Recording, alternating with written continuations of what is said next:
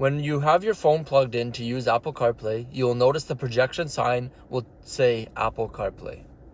When selecting it, it'll take you there. Starting on the top left, you will have your phone and your messages. When going into your phone, you can access your contacts and your keypad. Going back, your messages will allow you to use Siri to message people. You can also have things for your events in your calendars. You will have your music and also Google Maps. When using Maps, to add a destination, you can see at the top left, it says add a destination. From there, the top right, you can use a keyboard to type in where you want to go. Or you can save destinations to take you there more quickly. When you have your destination ready, you can click on more routes to choose the way that you would like to go.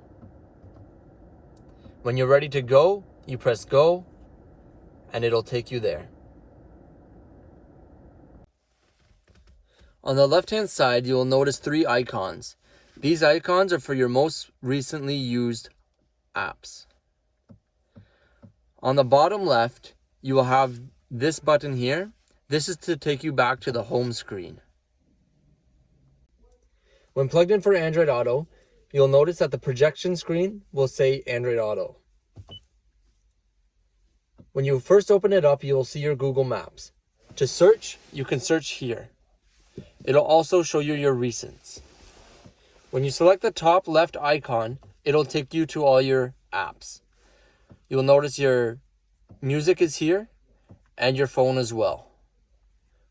Selecting your phone, it'll show you everything that you can use through your phone. When going back, all the apps below are all apps that are compatible off of your phone to use through Android Auto. You can also exit and go back to the Lexus infotainment by pressing exit. Below the home screen, you can see your recently used apps.